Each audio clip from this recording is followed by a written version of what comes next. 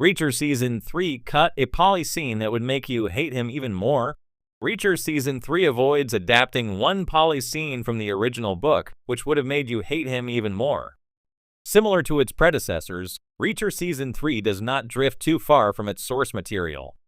While it does introduce a few changes to Lee Child's Persuader, it remains largely faithful to the essence of the story in the book. Like Persuader, it shows how Reacher gets involved in an undercover operation to find the truth about a rug seller's shady business alliance with his former enemy, Quinn. Season 3 of the Amazon Prime Video detective series also accurately shows how one of Quinn's henchmen, Paulie, turns out to be the scariest and meanest villain Jack Reacher has encountered. Similar to the book, the show portrays how Paulie is not only taller and more muscle-bound than Reacher, but also objectively stronger than him. However, when it comes to one story beat surrounding Paulie, which would have made him look even scarier, Reacher Season 3 seems to ignore it intentionally. Mrs. Beck's absence makes Paulie less evil in Reacher Season 3. In the show, Paulie is portrayed as a ruthless, scary giant who can even take Jack Reacher down with a single blow. By highlighting his torrid military background and revealing how he even ruthlessly attacked one of his senior officers during his tenure in the armed forces, the show ensures that audiences understand the depth of Paulie's menace. Reacher Season 3's Episode 5 also shows how Paulie kills a maid in Zachary Beck's home after he learns that she is a covert ATF agent. Scenes like these establish Paulie's utter lack of mercy and make him incredibly intimidating. However, the series avoids featuring Mrs. Beck as a character who, in the original book, often gets tortured by Paulie. Instead of making Paulie seem even more repulsive by showing how he treats Zachary Beck's wife, the show does not feature Mrs. Beck at all. It only hints that Mrs. Beck passed away long before the events of Reacher, which also significantly impacts Zachary Beck's relationship with his son, Richard. Her absence from the show's narrative makes Paulie seem a little less loathsome, but that does not make him any less intimidating than his book counterpart. When Alan Ritchson's Jack Reacher confronts Paulie for killing the maid, Paulie shows no qualms about his action, shrugging off the murder with an unapologetic, "Oops." Since Reacher has previously been able to teach his enemies a lesson in a matter of seconds, it becomes hard not to believe that he will do the same with Paulie. However, surprisingly, Paulie barely flinches when Reacher punches him in his ribs. While Reacher, like a viewer, struggles to process the giant's sheer strength, Paulie whacks him in his face and makes him fall to the ground. The slap scene highlights how Paulie does not even need brains to overpower Reacher because his brawn is enough. In the next scene, Reacher spits blood in his bathroom sink while examining the red marks Paulie's slap left on his face. Even though Reacher was able to outsmart Paulie in a previous Reacher Season 3 episode by making him punch himself, the slap scene highlights how Paulie does not even need brains to overpower Reacher because his brawn is enough. His massive size advantage over Reacher, military background, and sociopathic tendencies make him look formidable and repulsive enough even without the Mrs. Beck story beats from the original Lee Child Jack Reacher books. Reacher Season 3, based on Persuader, has quickly become a fan favorite, not only for its bone-crunching action but for its ruthless, high-stakes narrative.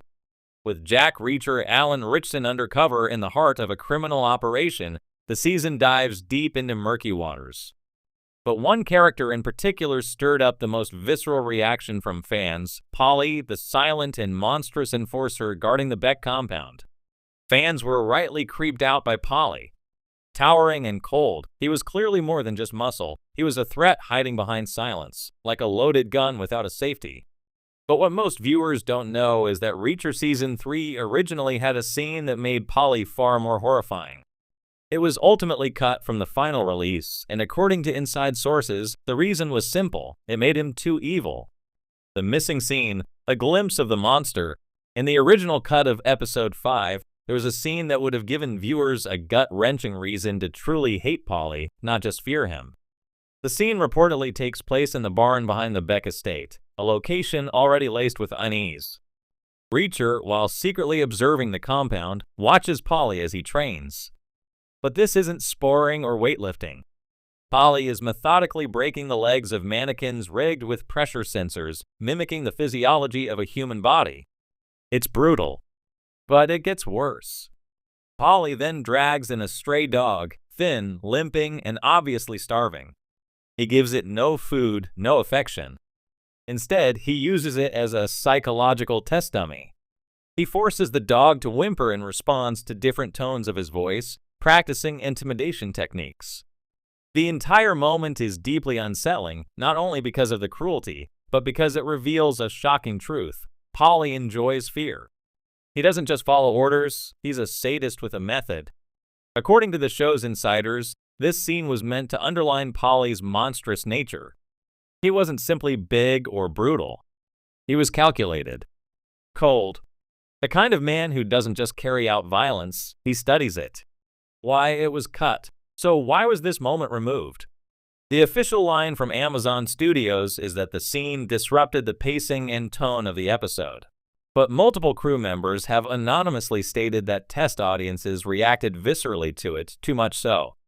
Viewers weren't just uncomfortable, they were angry, sickened, and disturbed in a way that eclipsed the tension of the rest of the show.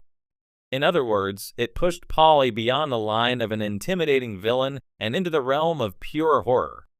And that made him harder to place within Reacher's grounded, action thriller world. The Reacher franchise thrives on realism, not cartoonish evil, and as scary as Paulie is, he was meant to be human. That scene, they felt, made him feel like a horror movie monster. The Paulie we got, still terrifying. Even without the cutscene, Paulie remains one of Reacher's most chilling adversaries. With his size even dwarfing Alan Ritchson, his stoic demeanor, and his terrifying presence, he brings a different kind of danger than past villains. Unlike Kleiner or Langston, Paulie doesn't need words. His silence is the threat.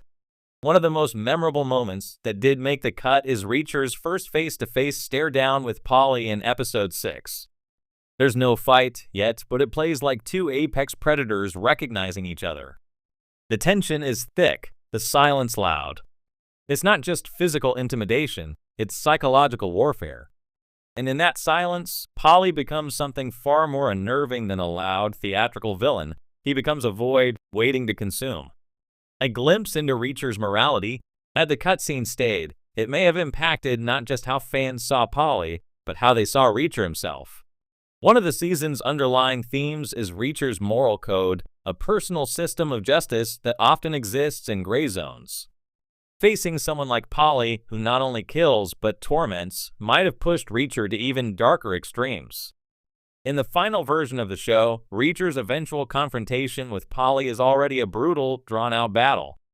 But imagine how much more emotionally charged and satisfying that fight would feel if viewers had seen Paulie harm an innocent animal just episodes before. It would have raised the stakes and made Paulie's defeat feel less like a win and more like a necessary purge. Final thoughts. The power of restraint. Sometimes, what we don't see can be just as impactful as what we do. Cutting the Paulie scene may have been the right call. It preserved the delicate balance between thriller and horror, between realism and spectacle. But it also opens the door to discussion. How far should a show go to make us hate a villain? Is fear enough, or do we need disgust?